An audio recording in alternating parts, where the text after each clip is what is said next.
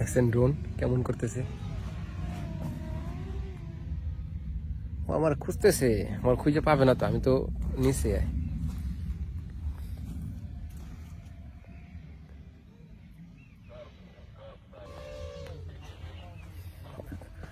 রাশিয়ার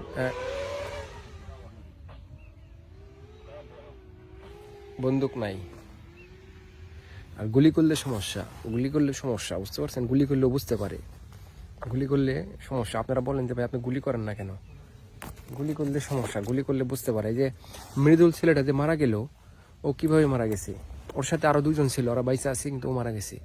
ও কি করছে?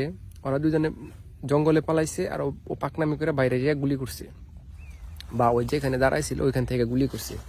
তো গুলি করার ফলে অপারেটর বুঝতে পারছে, এখানে ওই অপারেটর একটা সাউন্ড পায়, সম্ভবত এখানে মাইক্রোফোন বা কোনো জাতীয় জিনিস আছে, গুলি করলে সাউন্ড পায়। তো তখন ওই ড্রোন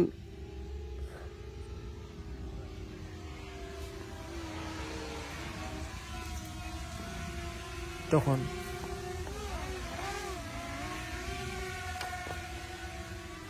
তখন ও বুঝতে পারে যে এখানে লোক আছে, তখনই মানে মারতে আসে। তো আসলে গুলি করা যাবে না সহজে, যখন কাছাকাছি চলে আসবো বাধ্য হইয়া তখন গুলি করতে হইব।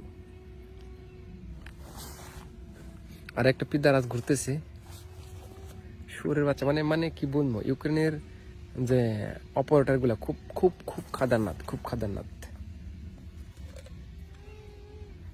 সাউন্ড পাইতেছেন কিনা জানি না, আমি তার দেখাইতে পারতেছি না ড্রোনটা। তো আসার আগে চিন্তা ভাবনা করবেন। আমি বাইসে আছি দেখে যে আপনি বাইসে আসবেন তা না। অনেকেই প্রশ্ন করেন যে আপনি তো বাইসে আছেন, আমি যে হাসি মুখে ভিডিও করতেছি, বা আমি হাসি মুখে যে ভিডিও করি, এর পিছনেও কত যে দুঃখ কষ্ট আপনারা বইলা বোঝাইতে পারো না। চেহারার অবস্থা দেখছেন, না খাইয়া কত কি যন্ত্রণা। রাশিয়া আসার ক্ষেত্রে সাবধানতা অবলম্বন করেন, ভালো থাকেন, সুস্থ থাকেন। পিদারাস হয়তো বা চলে গেছে, আওয়াজ পাইতেছি না এখন আর। ভালো থাকবেন, সুস্থ থাকবেন। আবার আসছে, যাই হোক, ভালো থাকবেন, সুস্থ থাকবেন, আমার জন্য দোয়া করবেন। আল্লাহ হাফেজ।